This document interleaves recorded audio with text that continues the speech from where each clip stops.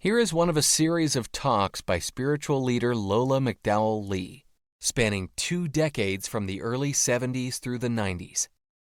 Lola was a Zen Roshi, whose Rinzai lineage included Dr. Henry Platov and renowned Zen master Shigetsu Sasaki.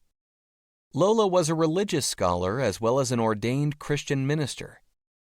While the talks are focused mainly on Zen and Buddhism, Lola drew on many spiritual traditions, including those of Jesus, Plato, Lieh Tzu, the Hindu Vedas, Meister Eckhart, and Gurdjieff.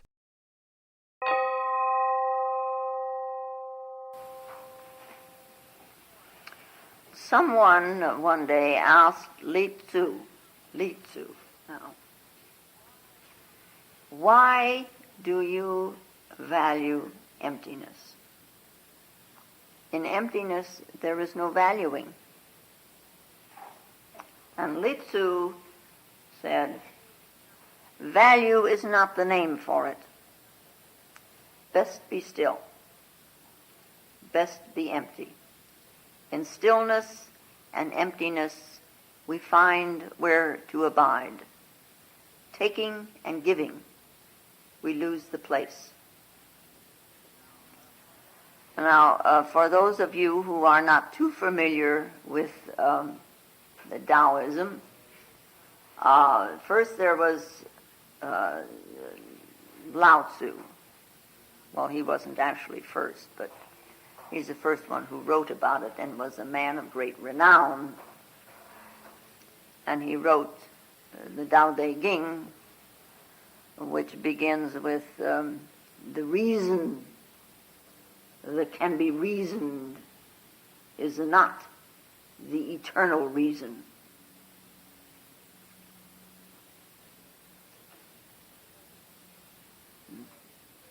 Anyway, he lived like in 635 BC.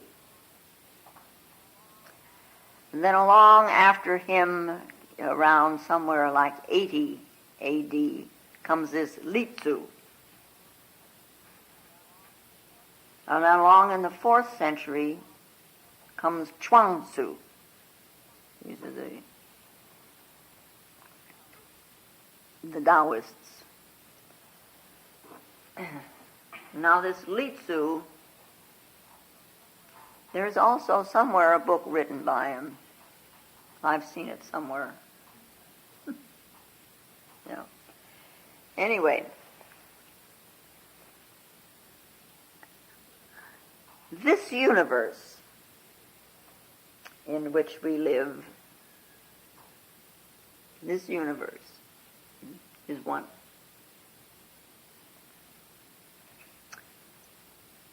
Truth is one.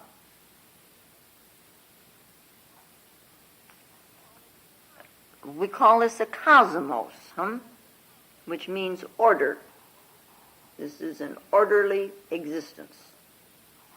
Our thinking may be in disarray, but the universe has an order. It is a cosmos. And this order, this universe, it's like a Taoists call it a great breath. It breathes. It is a great breath, this universe. And in this breath, everything that exists abides. That is its life. And sometimes we call this truth, and sometimes we call it God, and sometimes we call it Tao. Now, God, Tao is not a person. It is spoken of as a way, or a canon. And then God then is not a person either. There is a unity that runs through this universe. Because this universe, after all, is not just a heap of things here and there, like little islands of this and islands of that. It's not really separate and individual. It is separate and individual to us because this is our I mechanism. It is the way existence is reported to us. But all life, all that is living, lives in that truth. Lives in Tao, or lives in God.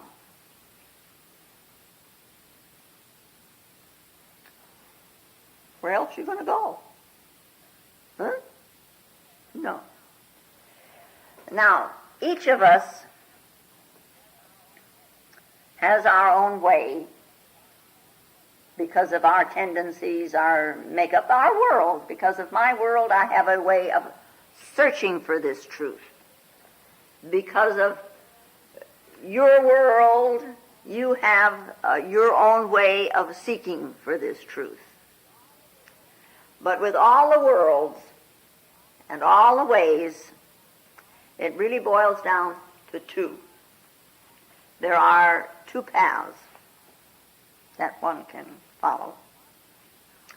One path is that of the affirmative, and it is called the via affirmativa. It is the positive path. It is the path of effort. One is making this effort to reach God. And so one is making all kinds of mental effort. Yeah. It is a yes saying.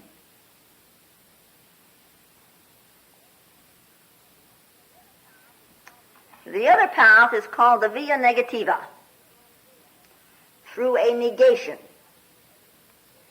through a no saying, no. Lieh Tzu and Buddha and Nagarjuna and people of that ilk were on the path of negation, this via negativa.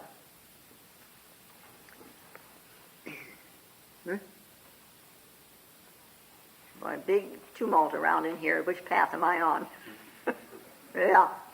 These two paths should be understood very clearly, and just as clearly as you possibly can understand them, because a great deal depends on it. They move in different directions. They reach the same goal, this is true, but they move differently, and therefore you move differently through life and what happens to you and what you allow to happen to you. Because much of what has happened to you, you have allowed. We, after all, have an acquired thing here through our emulations. Yeah. On the positive path, this affirming, there is very much to do. We're very busy. On the via negativa, there is not much to do. On the affirming path, we have what we call the ascetic. He's doing. Because the word ascetic comes from the Greek, which means, the root word means exercise. Yeah. So in this, the ascetic has many exercises and many methods that he employs. The via negativa is the path of the mystic. No methods.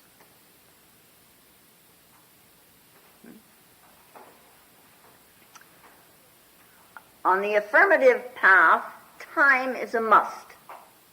After all, you need time for the methods to work themselves out, and you need time to do the exercises and all this preparation. It takes a lot of time.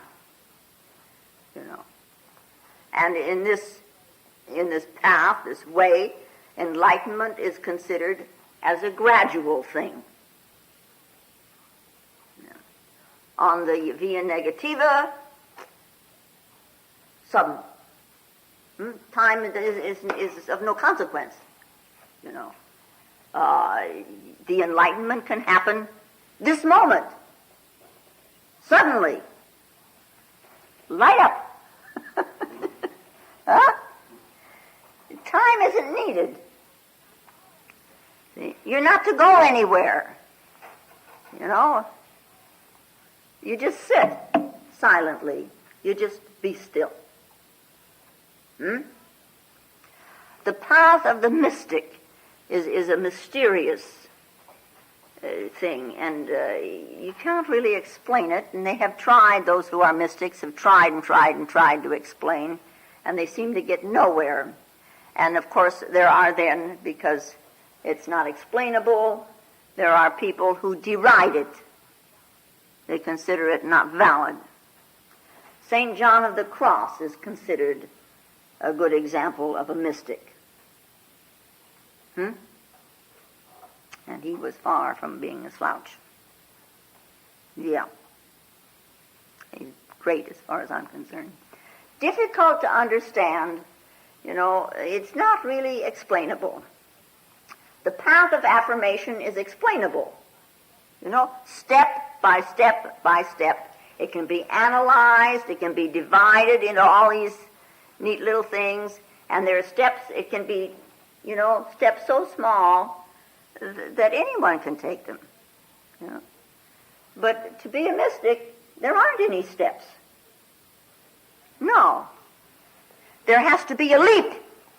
There has to be this leap into the unknown, or into this abyss, as it's called. And it goes sudden, like lightning. And how is one going to explain that logically?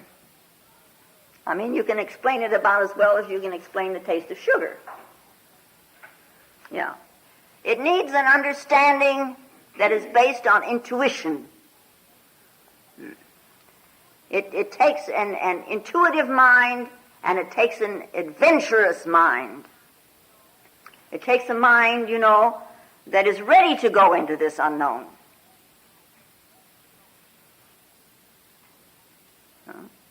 And it has to have the courage, to take this leap. And the courage to turn around.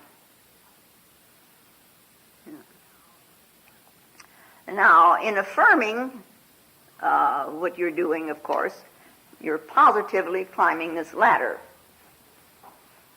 Now I take this step and I'm this far along, and I take the next step and I'm that far along, and I'm going up this ladder of success, regardless of what the success may be, The success in your mind may be money, or the success may be enlightenment, but climbing a ladder is positive. You're doing something. You're moving upward. Well, in the negativa, you go into an emptiness. You're not climbing upward. These two paths. And I think you do a little bit of both. Yeah. Our sitting posture, the asana, the position that we take, is, after all, a method. It's and we have techniques, and we have devices, and we have contrivances. But the underlying basis of what you do is the via negativa. And it is not a negative mood or a negative attitude, but it is simply wipe it clean. Netty, netty, netty, netty, netty, netty. Not this, not this, not this. There is something else, but anything to which you can point, netty, netty. Because to what you point, that's an appearance that your eyes have given you. You do understand that, huh? This world is imagery. That, it's pictorial projection. You can go to any science book today and read that. Yeah? Yeah.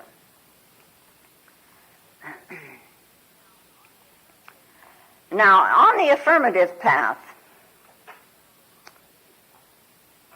the greatest danger is the ego.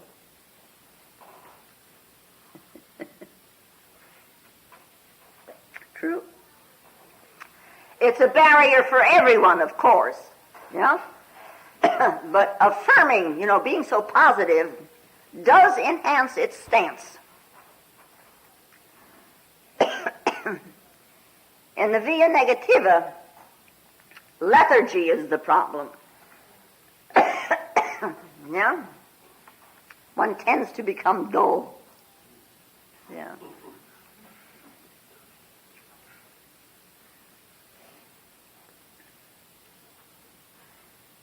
So sitting silently, doing nothing, it's possible you lose your sharpness. So one has to become very alert. And of course that never hurt anybody. And that's the name of the game, isn't it? This alertness. Just to be aware, to have that awareness right here. Yeah. And we could go a little further and say, well, okay, now you're caught between the ego and the lethargy. Right? We got two ends of a stick again now. And you don't want either. So what are you going to do? Well, there is such a thing as a middle path. Yeah. However, I will say this, that basically the middle path that the Buddha talked about and Nagarjuna talked about, basically that's the via negativa. That's the middle path. In the middle, when you have neither the lethargy nor the ego, you're alone. In the middle, you're alone. And you are so alone in this middle that there's no desire and there's no action. It's just being. Not thinking, being. So this awareness that is present in this middle is to be experienced. This kind of a solitude is to be experienced within yourself.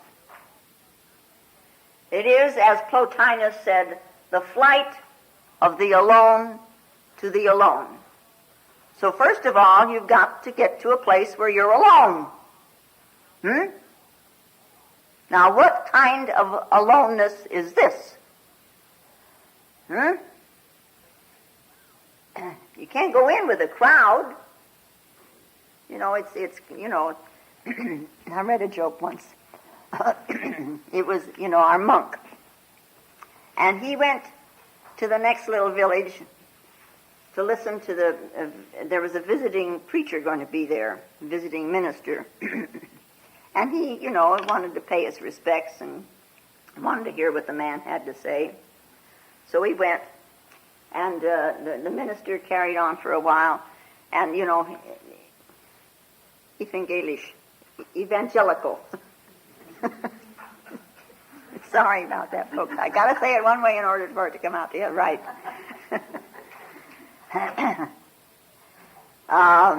Anyway, this preacher is shouting, "Stand up!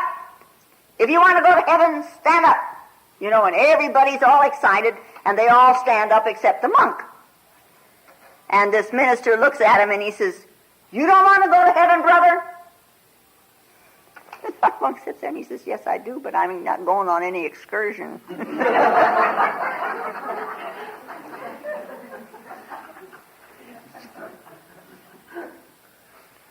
Yeah. The flight of the alone to the alone.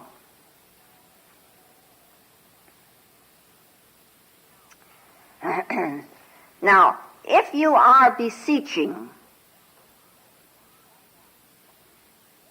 someone, anyone, anything, to do something for you, if you are beseeching God to do something for you, you're not alone. If you are beseeching, then you're creating a bridge, because something is over there and I'm over here, so now it's no longer one. On the via negativa, the aloneness,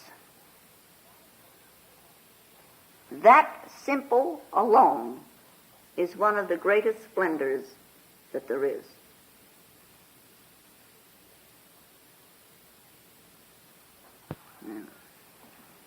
Now, differentiate the word alone from lonely.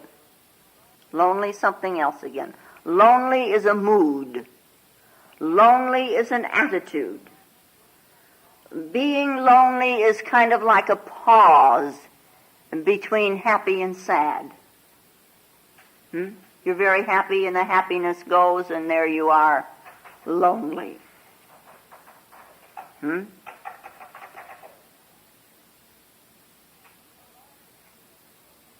Alone is something else. Alone is an ultimate condition. Being alone is essential to know that ultimate condition.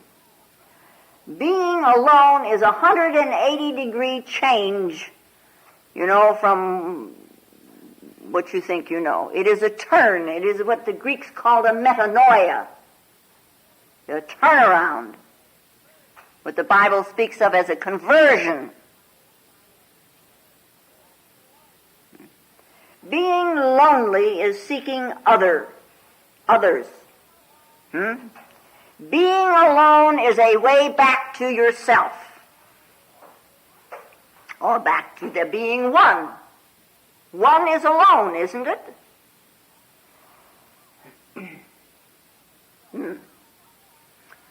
So, now, someone asked this Lieh Tzu, why do you value emptiness? In emptiness there is no valuing. Well, that's quite true, isn't it? If you're in the middle, if over here you've got one value of this is not good, and over here you've got another value of this is good, and suddenly you find yourself here, and you have got neither one of those. Where's the values then? When you're alone. Okay. In emptiness there is no valuing. Well, we could say naturally. In one way we could say, what value can emptiness have?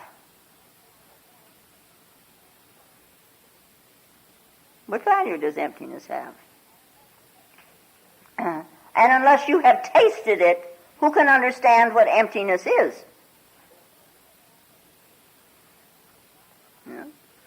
And largely it is condemned, And in this country, in the Western culture anyway, it is said, empty mind is the devil's workshop.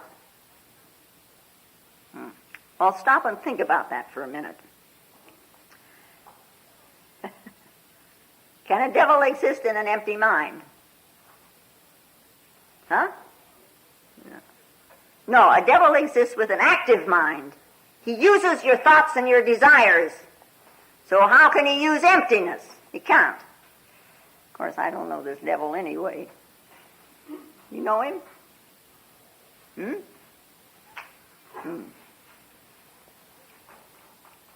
What can you do with emptiness? Value comes with use. How are you going to value something that has no use?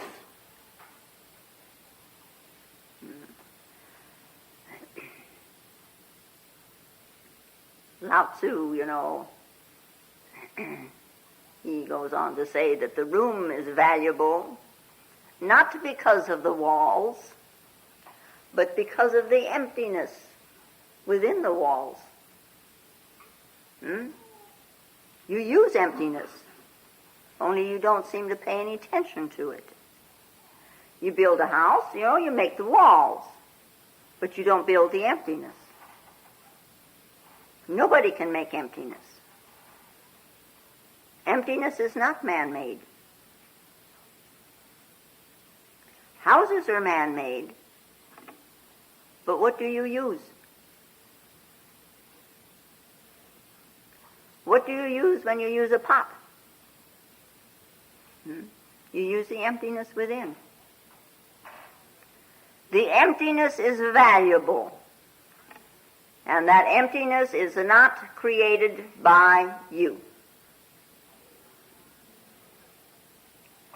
The ear is empty. It has to be, otherwise you would hear only one sound. The first sound you ever heard is the only one you would ever hear. But it comes and it goes. The ear is empty. Therefore you can use it. The eye is empty. Therefore you can use it. The nose is empty. The mouth is empty. Huh? This body is empty. In somewhere along the line, I have read something about there being 18 different forms of emptiness.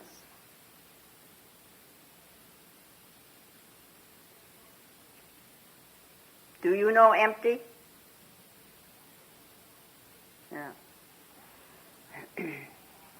That which is not created by man is valuable. That which is created by man has a relative value. I don't say it's valueless, but it has a relative value. It has a market value. If you go in the marketplace and try to sell emptiness, well, then it doesn't have any value. If you're going to sell it, it has no value. And long time ago, 2,500 years ago, and then somebody wrote, in the great beginning, there was nothing. It was empty. And that empty has no name.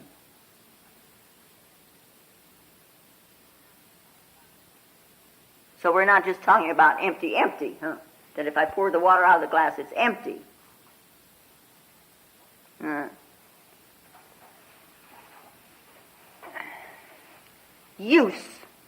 The use of things. How you use yourself. And you do, you know.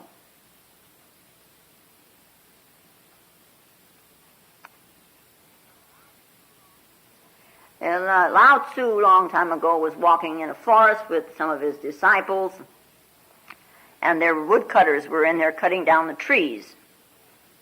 And he's walking along and he sees this huge, gnarled, old tree. And he asks one of the woodcutters why they don't cut down this big tree. And the woodcutter says to him, it's useless. You can't make anything out of it. It's gnarled and it's old, and if you tried to burn it, it just smokes. It has no use, so we don't cut it down. And this teacher turned to his disciples and he murmurs, you learn from this tree. Gnarled in the storms of life, beautiful in an empty sky. Some trees are tall and straight and proud. Yeah. Proud of being a beautiful tree, and it's gone. They cut it down. But this tree is not proud. No? It's useless. If you remain true to your inner nature, you will know what uselessness is. And no one will injure you. You will live your life and no one will interfere. When you have no use, in this sense, there is the ultimate value of being empty. And, then they say, then you are like a hollow bamboo, for the great beginning. That's its use.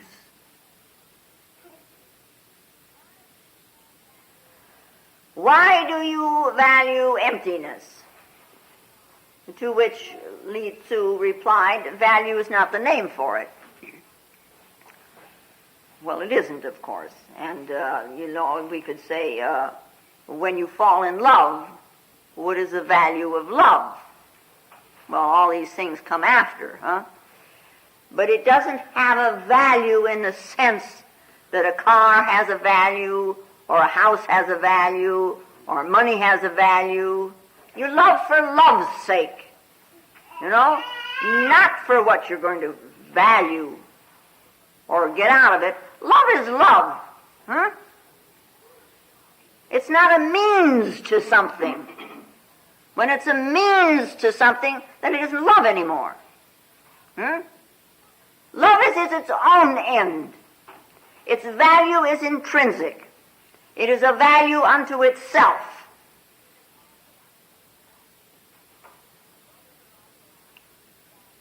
Well, we could also ask, what is the value of life?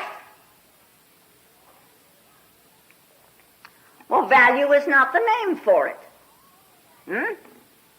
But all the values that you hold exist because of it. You know?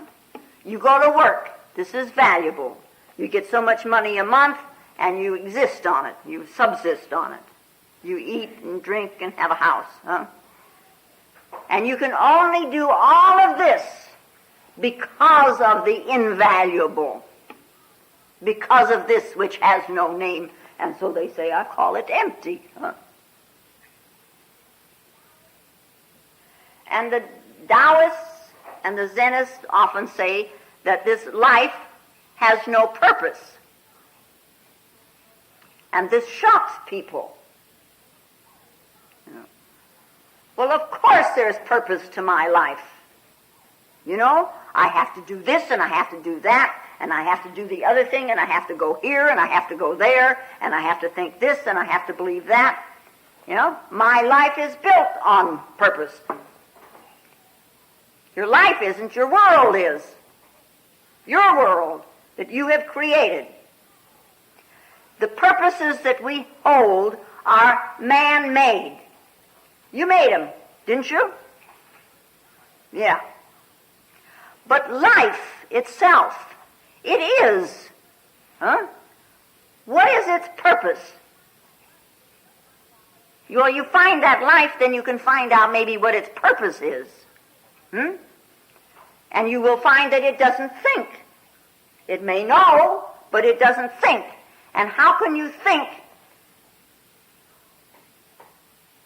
for purpose? Huh? If you don't think, how are you going to have a purpose? Purpose comes with thinking, doesn't it? The invaluable, the purposelessness, the just living life, existence, the ultimate, the great beginning. And, you know, this is Bodhidharma Zen also.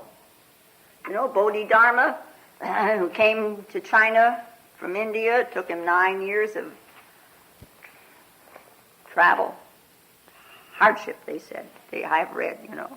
And this emperor has heard about him, and he's going to help him, and he does. He builds him temples, and he tells the people, this is the way you've got to go. You know, so then one day he comes and wants to know, what merit has he achieved by helping? You know, he has a purpose. You know? He is looking for a reward. He did all of this for a purpose, a reward. And he is told by Bodhidharma, no reward. You mean I spent all that money? I spent all my time? And I'm not going to get a reward for it? You know, we act like children.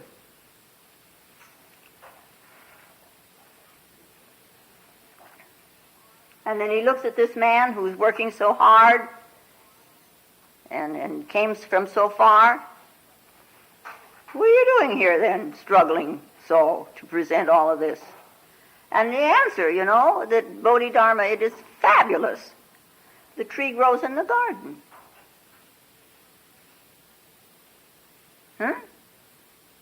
This is the via negativa. It's life.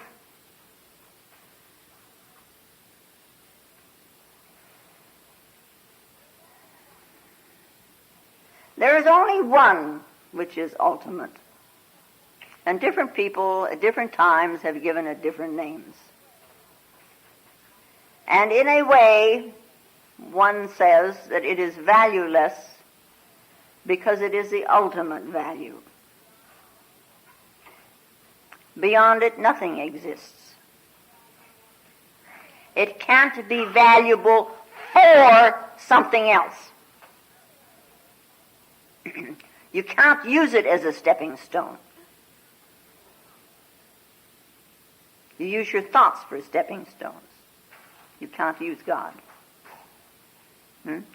There's nothing beyond that. It is the beyond. Valueless,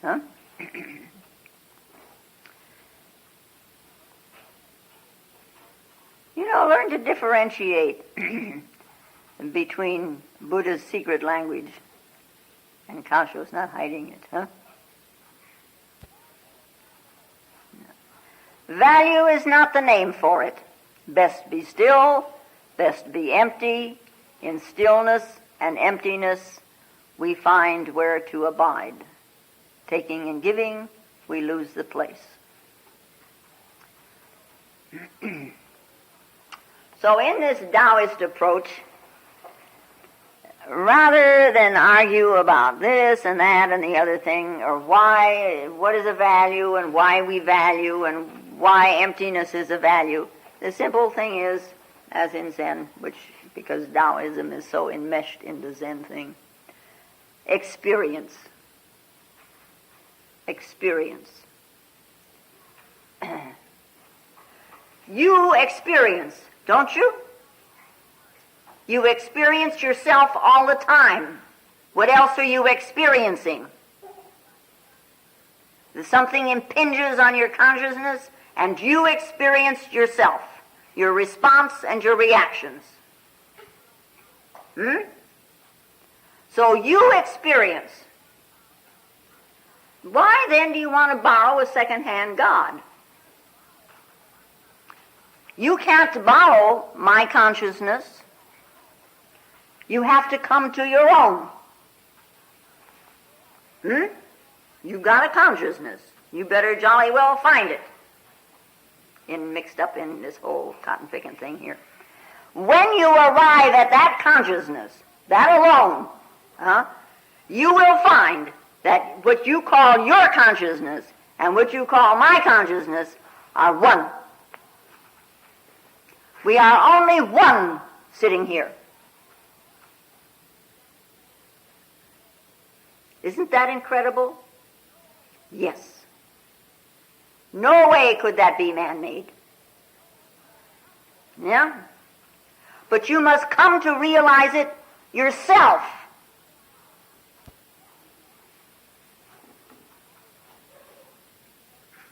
I can't realize it for you. You have got to realize, you have got to experience it, that this is one here. Many worlds, but one.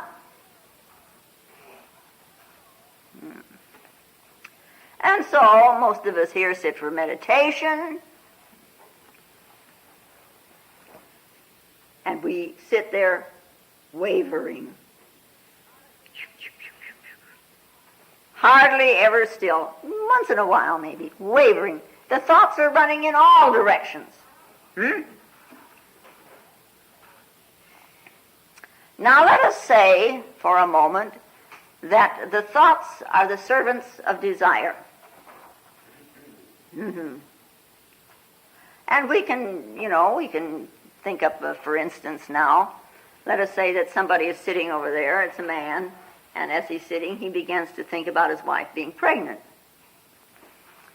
Now he's off on a tangent.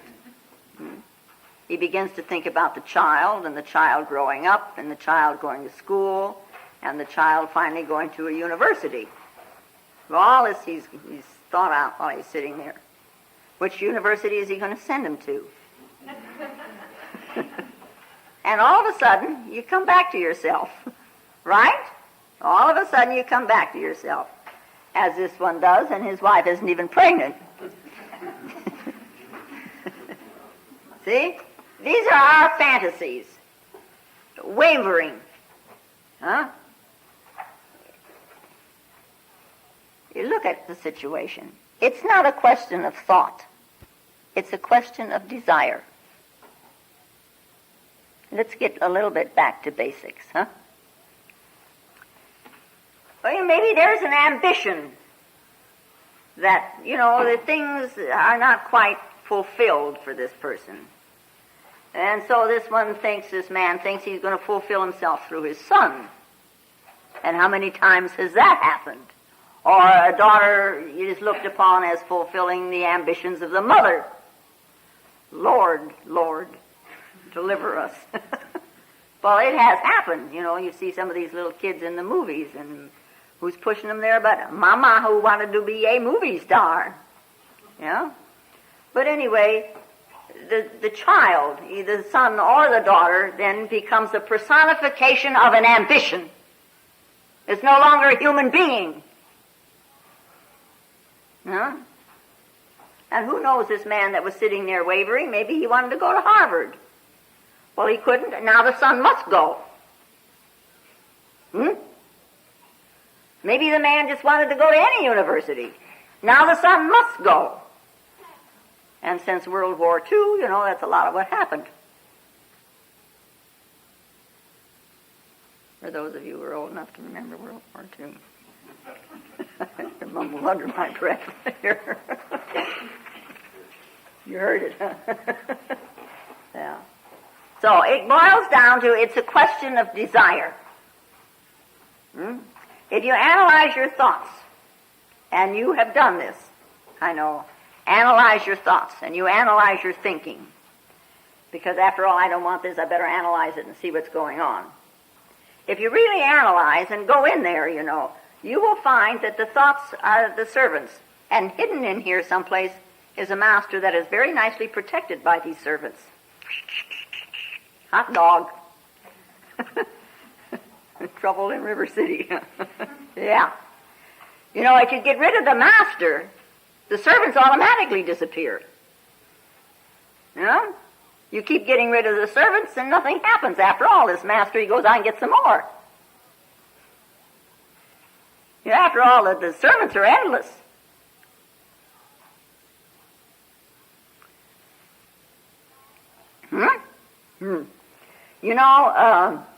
Lao Tzu, he has it. I like that man. And he goes on again in that first page of the Tao Te Ching. He who desireless is found, the spiritual of the world will sound. But he who by desire is bound sees the mere shell of things around. These two things are the same in source, but different in name. Their sameness is called a mystery. Indeed, it is the mystery of mysteries, and of all spirituality, it is the door.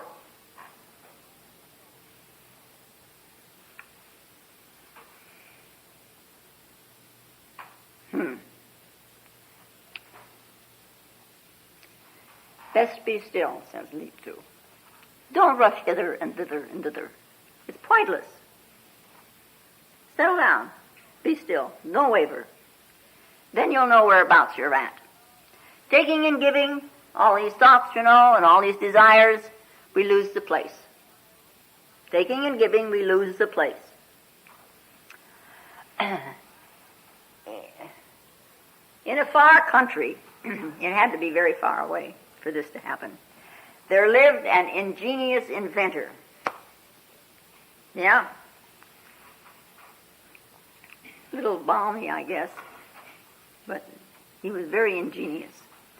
And in his experiments, he worked out a sort of a mind mirror, which he called a psychoscope. And if you looked into this thing, one could see the psychic self, the mentality and so on, as clearly as you can see the physical self in a mirror. Psychoscope. Neat, huh? You could really see whereabouts you were at. So people heard about it, and there was a company organized to merchandise it, and the country was flooded with advertising, and the factory was pretty soon swamped with orders. Man alive, the orders really pouring in. Wives bought them for their husbands. Husbands bought them for their wives. Huh? Parents bought them from the children. Children bought them for their parents. You know. Employers bought them for the employees. You know, in quantities. You know.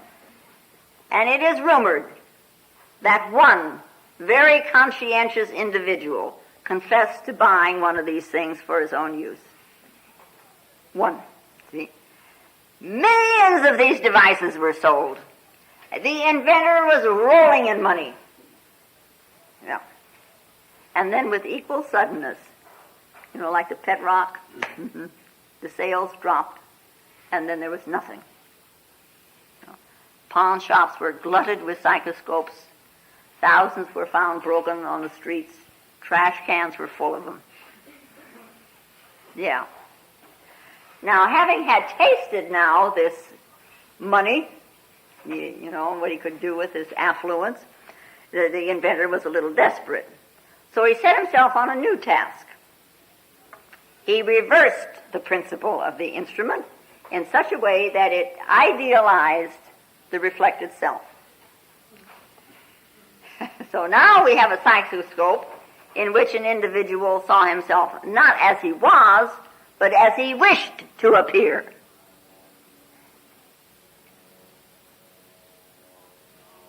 Oh. The faults were all gilded and rose-tinted and glossed all over, huh? Maybe he's still selling these.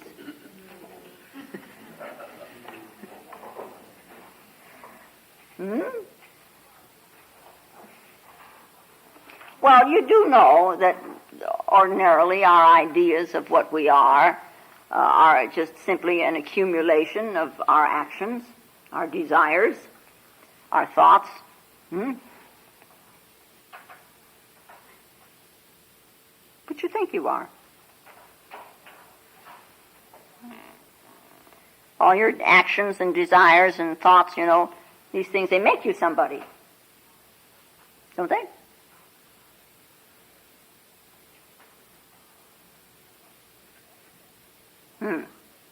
Emptiness means that you have to drop everything that you've done. If all of your past were washed away at this very moment, what will you be? What are you without a past? Who will you be?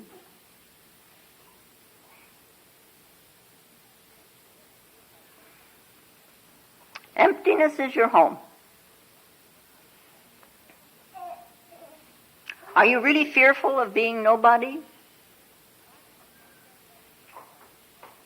Why do you think then that it's nobody? You're only contrasting one state with another state, one thought with another thought, one attitude with another attitude.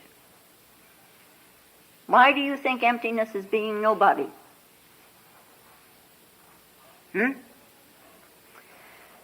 Taking and giving, we lose the place. Do this, don't do that. Pay this, don't lose that. Some of you watch TV.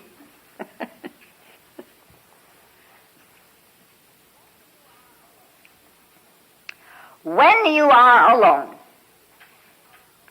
when you are very still, alone, then you're grounded. There is a joy of being nobody. Because you don't sit there and say, I'm nobody. No, you don't. That so-called nobody has compared with somebody. You think somebody. There is really no contrast to that. No. That no self is really the greatest freedom there is. That empty. That emptiness is luminous, it's full of light, and it is a benediction. It is such grace. So keep yourself together and keep yourself centered. Always reconnect with yourself. Then you can stand in the marketplace and you can remain as alone and silent as anywhere else. And so then that's why this is called the pure lotus paradise, as we had in Hui Ning last week. First to be empty, then to bring it to the world.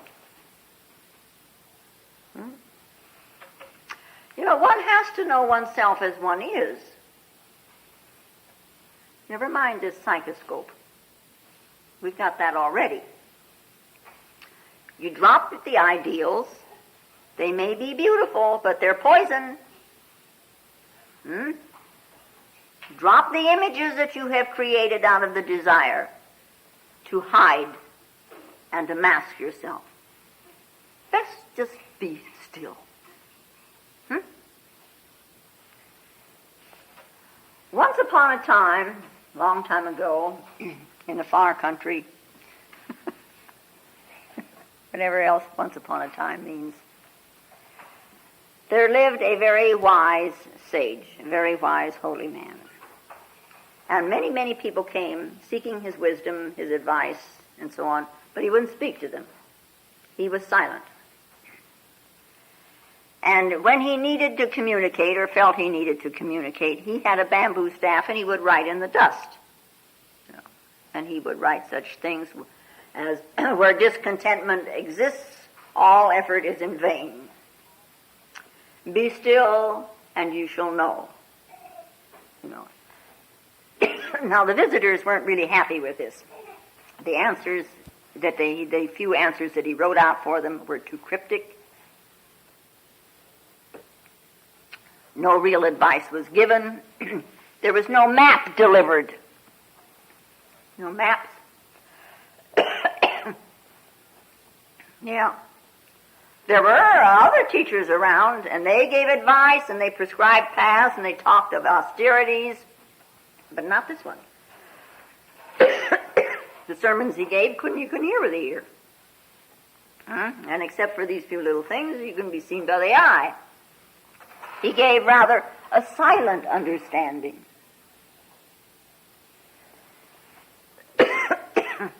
What they call a transmission outside the scripture.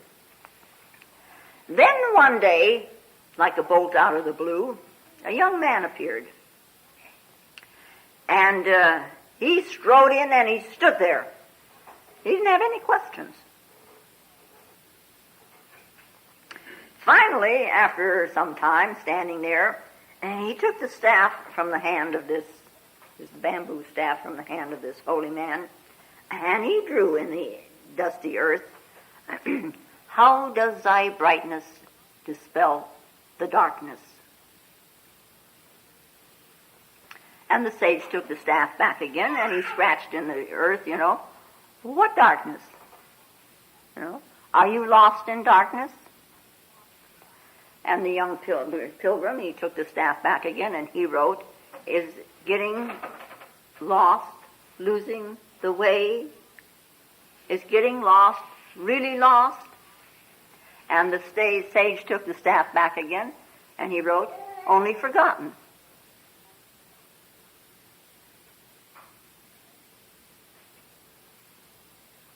Yeah? So, now the staff kept going back and forth and back and forth and back and forth. And finally the sage scratched out, what desire brings you here? And the young pilgrim takes the staff again, and he says, desires I have none. So this teacher looks at this pilgrim very steadily for a moment. And then he rose to his feet, and he tapped his foot 3 times on the ground. And then he stood there, and he became as still as the breath of the people gathered there. Still. Now this young visitor finally broke the silence. Why did you do that? And the sage scratched out in the dirt, curiosity is a form of desire. Well, anyway, finally, the pilgrim scratches out in the dirt. It has been said that there is a sacred mantra that one may recite that will join him to this universe in a oneness. And the sage scratches back, have you ever been apart from the universe?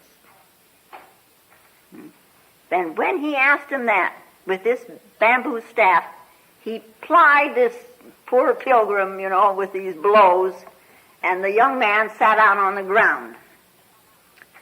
And he went within himself. And he sat there for a day, and he sat there for another day, and he sat there for another day, and he experienced a number of things sitting there. And because of this, a love began between this teacher and this student, what they call a fathomless love. It is one of the most precious things in the world, this glue between a teacher and a student. Huh? Yeah.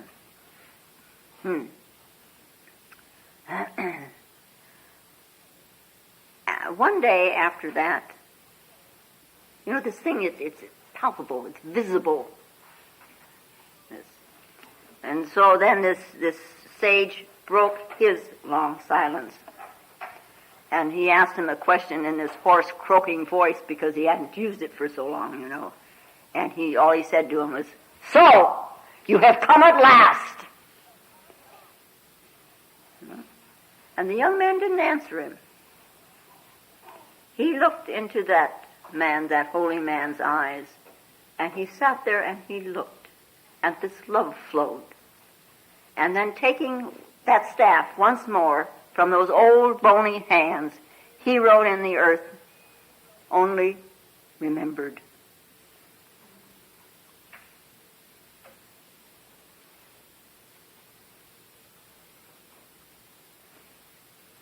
Yeah. Now here.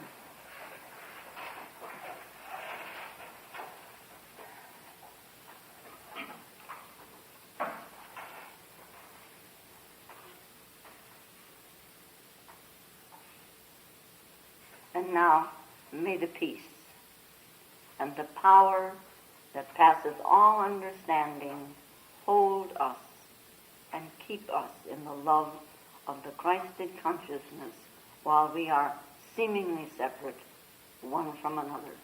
And I do thank you very much.